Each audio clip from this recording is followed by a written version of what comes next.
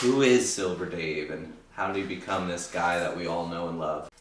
Whatever word is opposite boring, life with David always has been, continues to be an adventure. Fun stories? Dirt. Yeah, some dirt.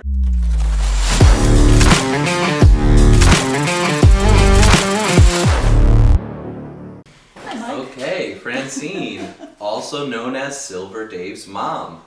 Welcome to local Silver Mint showroom. Well, thanks.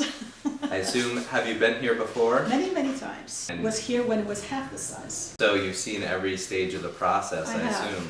I have. As it evolves, potentially even bigger than this. Thanks for joining us. I assume you've never been on the channel before. That's new. Yeah. That's definitely new. Hopefully we'll get some fun stories. Yeah, some dirt. Why don't you start, if you don't mind, telling us a little bit about yourself? Okay. So I'm a retired biology teacher, taught for, over 3 decades, biology, high school biology. Loved it. I haven't given up teaching because right now I'm still volunteering teaching English to adults in my area. So that's a volunteer thing. I enjoy teaching. It's what I've done. Loved it. I love it when people make progress, children make progress, and so on. So I've done much of my life. Dave. Do you call him David? I call him David. Okay. I guess we'll start at the beginning. How he was as a child. Okay, he started out as a baby. Life with David continues, always has been, continues to be an adventure. Mm-hmm. He has, whatever word is opposite boring, David. Yeah. He has been a very free spirit, always been a challenge for everybody that he comes across. School especially, he didn't like to be restricted. He didn't like to be told what, when, where, how, and why. He wanted to make his own world, and he continues in that direction. But it's always been adventure. I'll use that word. Yeah. So one of the top ones that stand out, David's always been very resourceful and perseverant and determined. So middle school years, he was going to a private school that had a very different calendar than the public school in town, and his friends were at the public school. And he didn't want to be locked down with school, so he decided he's going to make his own adventure, unbeknownst to his parents. So he decided, do you know the story? No. So he decided, he was middle school age, and he decided he was going to visit a girlfriend that he met in camp the summer before. We lived in central Massachusetts, and he decided he was going to make it to Maine. So in the middle of the night, he somehow scrounged up a lot of change around the house. He had some money, and he got his rollerblades in his backpack and traveled from, I'm going to say, about 20 miles into Worcester, where there was a bus that he could take from central Mass to Maine. I was sleeping through all this. In the morning, wake him up to go to school, which is vacation time for the public school, but not his middle school. And he's like, okay, where's David? He's not here. Panic, instant panic. Start calling all his friends. Nobody knows anything about it. He managed on rollerblades to travel about 20 miles from the town he lived in into Worcester and take a bus to Maine, got off at a certain location in Maine, I don't remember how long the trip was, and rollerbladed to her house. And, we're panicking, we don't know if to call the police or whatever. Fortunately, the mother of the girl called us and said, do you know that your son is here? No,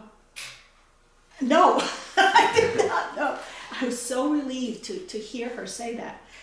We negotiated. I was ready to jump in the car and go get him. I was going to wring his neck. She said, let's just keep it calm, let him calm down, let him just have a rest. And we negotiated that we were going to meet, go up there later in the evening so he had time to just calm himself. But the resourcefulness, because he wasn't even a teen yet, or barely a teen. The resourcefulness of getting to where he wanted. Yeah. It's just, I mean, that's the story of his life. Very different than everybody else. Very, very different than anybody else. When he set his mind to doing a project, one of the funny things, so he decided one day he was going to, this is when very, very big for boys, teenage boys, very wide pants were in vogue. Yeah, yeah. And he decided, he had some jeans like that, he decided he was going to make a pair like that out of duct tape. Out of duct tape. He did it. He got himself several rolls of duct tape, taped his big wide pants, and made a pair of pants out of just duct tape. They stood on their own. Right. Needless to say, they just stood on his own. He was very, very industrious, resourceful. He was in Boy Scouts and made it through Eagle. He loved it. He was very good at camping, loved the outdoors, very good at it. Very good leader with the younger kids. Showed them how to, with the knots and building things and whatnot. He was very, very good with that. He loved it. And he still loves the outdoors and camping. He could actually be engaged in it physically. Right. David needs to be engaged in things physically. Scouting was completely, he just loved it. Just loved it. So why don't you tell me a little bit about his choice to go into the Army? That he turning was, point. After high school, he was floundering. He didn't know what he wanted. And we talked, perhaps the military was the way to go. The Army was just kind of, it wasn't challenging. It was the same old. There was nothing unique about it. And he spoke to somebody, a neighbor actually, who was a Green Beret himself, who said, listen, it'd be good for Special Forces, Army Special Forces, be a Green Beret. And, it took him a while, thought about it, and then he said, this is boring. Every day some humdrum, same. And he applied, and it's a very rigorous selection process. In fact, I know one of the physical tests that they had to do, it's like a long log, and they had to, I don't know, it's 20 feet up in the air, I don't know exactly, and he fell from it. He injured himself, but he wouldn't let anybody know, because if he was injured, that he was out. So with the injury, he climbed up, and it's like hyper focused, and he made it. He made it. Very draining, very emotionally draining, psychologically draining, certainly physically draining. He, as we know, he ended up going to Afghanistan. So he went to war. What was it like as a mother to have your son go to war?